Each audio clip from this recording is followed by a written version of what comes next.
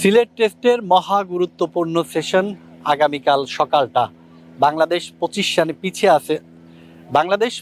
রানে পিছিয়ে আছে জিম্বাবুয়ের থেকে। হাতে রয়েছে 9 উইকেট।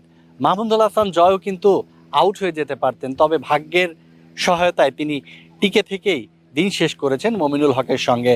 বাংলাদেশ 57 রান তুলেছে 1 উইকেট হারিয়ে। দুই দলের দূরত্ব এখন 25 রানের। মেহেদী হাসান মিরাজ দিন শেষে সংবাদ সম্মেলনে এসেছিলেন। তিনি জানিয়েছেন তাদের লক্ষ্য কাল সারাদিন ব্যাটিং করা। জিম্বাবুয়েকে 4th ইনিংসে 300-র কাছাকাছি একটা লক্ষ্য বাংলাদেশ দিতে চায়।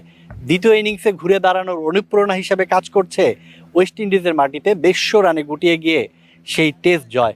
ঢাকার ভেতরে এয়ারপোর্টের উল্টা দিকে প্রকল্পের সিকিউরিটি ভালো, লোকেশনও ভালো। 3টা প্লট নিয়ে নিলাম। নে বাবা, তোরা এখন নাকে তেল দে ঘুমা। মেহেদী হাসান মিরাজ বলেছেন যে বিদেশের মাটিতে যদি প্রথম ইনিংসে কলাপসের পরও দ্বিতীয় ইনিংসে ঘুরে দাঁড়িয়ে জেতা যায়, সেটাই বড় একটা অনুপ্রেরণা বাংলাদেশ দলের জন্য। মিরাজ আশা করছেন যে দ্বিতীয় ইনিংসে বাংলাদেশ দুর্দান্ত ব্যাটিং করে ঘুরে দাঁড়াবে।